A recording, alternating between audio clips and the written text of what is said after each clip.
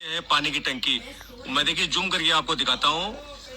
इस तरीके से इसमें इतनी बड़ी बड़ी दरारें हैं कि कभी भी गिर सकती है ये, और हादसा है वो कभी भी हो सकता है। लोगों को रातों को नींद चली गई है, सुबह का चैन चले गया है, क्योंकि जो सामने देख सकते हैं स्थानीय जो लोग हैं, वार्ड वासी, मोहल्ले के हैं, आसपास के जो ग्रामीण क्षेत्र से हैं, उन लोगों में इतनी दहशत है इसकी।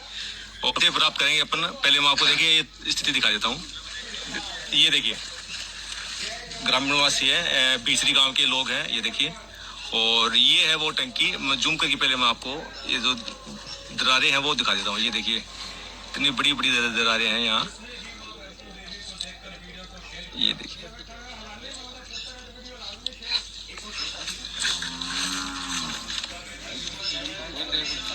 ये देखिए ये हालत है इस टंकी की।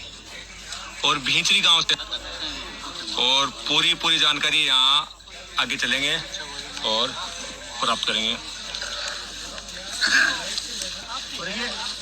भींचरी गांव से हम लाइव है, और मेरे साथ आप देख सकते हैं ग्रामीण लोग हैं और सभी है। पूरे ग्राम में इस चीज का दहशत है, क्योंकि कभी भी ये जो पानी की टंकी है ये गिर सकती है। ये होगा ये समस्या कब से है? देखो, पहले तो मैं अपना परिचय देता हूँ। अस्तुन का समाज सेवी से लोग मुझे जानते हैं। मेरा गांव भींचरी है जी। एक फतेहपुर तहसील के अंदर ये गांव आता है, और इस गांव में लगभग 25 साल तो कांग्रेस ने राज किया है। बीच में 5 साल तक निर्दलीय ने भी राज किया है। हम किसी पार्टी के विरोध नहीं है जी। हमें रात को नींद इसलिए नहीं आता है कि जैसे कोई हल्का सा भी कहीं आवाज आती है तो हमें ये लगता है कि टंकी गिर गई है। और टंकी गिरने की हालात इस तरह से 8 महीने से इसमें पानी भी नहीं है। 8 महीने में पानी नहीं है, क्योंकि इसकी जो सब टैंक था वो भी बारिश के अंदर गिर चुका है। सब टैंक गिर गया। आप अपने कैमरामैन से कह के दिखा दीजिए, वहाँ दिखाइए। दूसरा वो टंकी है, आप जो सामने जो देख रहे हैं ये टंकी है। इसके ये वो टंकी, ये अंदर अपन अंदर चलेंगे और वहाँ पे आपको दिखाया जाएगा, क्योंकि वो अंदर से वो उसके अंदर गिर चुकी है। अब रही बात ये टंकी है कि हमारी समस्या नहीं है कि ये आम रास्ता है। टंकी के अंदर ना इसके अंदर आवाज है कि गिरने के टाइम में ये कहेगी कि गांव वालों तुम अलग हट जाओ, मैं गिरूंगी।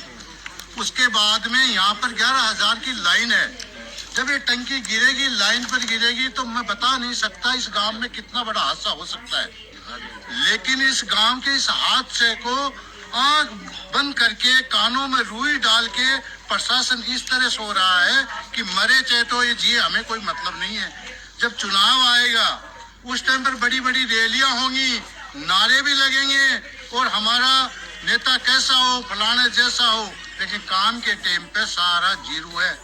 मैं कांग्रेस को ज्यादा इसका जिम्मेवार समझता हूँ, क्योंकि हमारे गांव ने 25 साल कंटिन्यू कांग्रेस का साथ दिया, मगर कांग्रेस वालों ने ये सोच लिया कि ये हमारा पाकिस्तान का एक गांव है, पाकिस्तान का गांव है, और पाकिस्तान के गांव में हम काम क्यों कराएं। और जितना भी ये देख रहे हो आप, पूरा गांव इस तरह से कचरे के ढेर में यही पानी में मिलजुल के हमारे घरों में जाता था। लेकिन अल्लाह का शुक्र है टंकी तो गिर गई। अब हमारे घर वाले कोई तो 500 रुपए में, कोई 1500 रुपए, कोई 1800 रुपए रोज डेली हफ्ते में 2 हफ्ते में पैसे दे के पानी गिराता है। लेकिन प्रशासन को कोई मतलब नहीं है। मैंने खुद अपने, मेरे पास रिकॉर्डिंग है, मैंने यहाँ के स्थायी MLA से बात की है, यहाँ के डायरेक्टर से बात की है, यहाँ के सरपंच से बात की है, यहाँ तक कि मैंने ये वाटर वर्क्स के बड़े अधिकारियों से बात की है। उनका जवाब यही मिलता है कि हमारे पास बजट नहीं है, बजट नहीं है।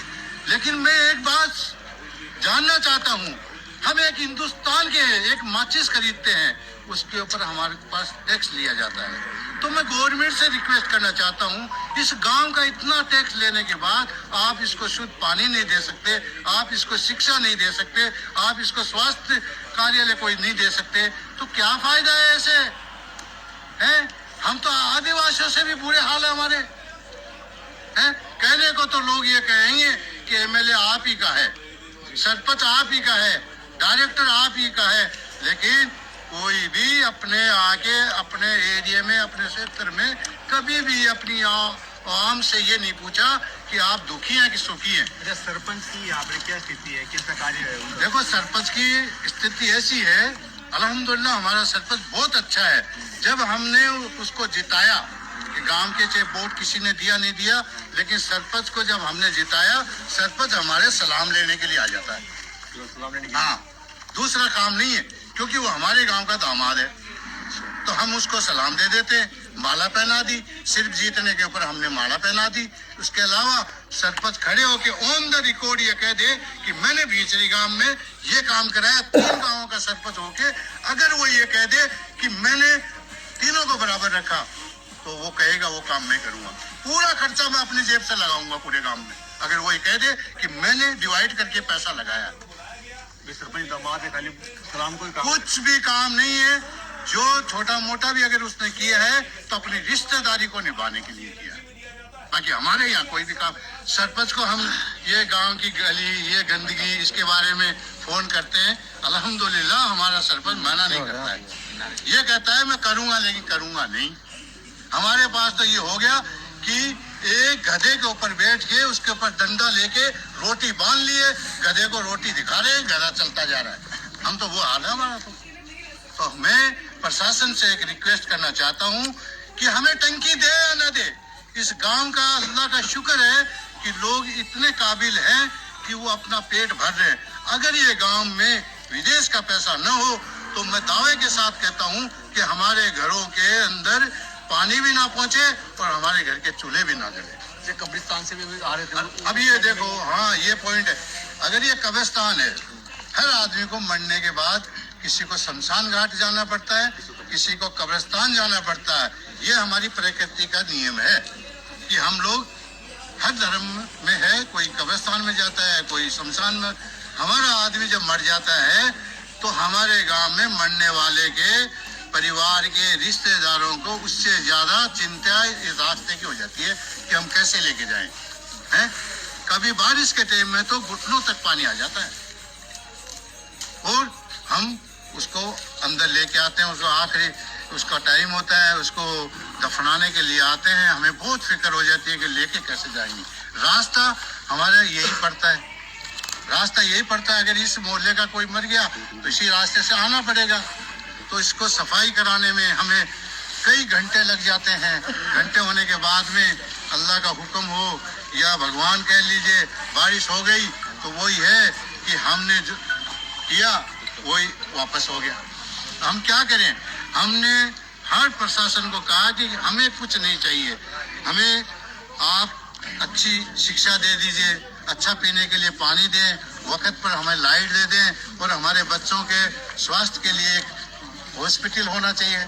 लेकिन ये बहुत बड़ा बजट है, लेकिन ये छोटा सा काम था, इसको गिरा दे।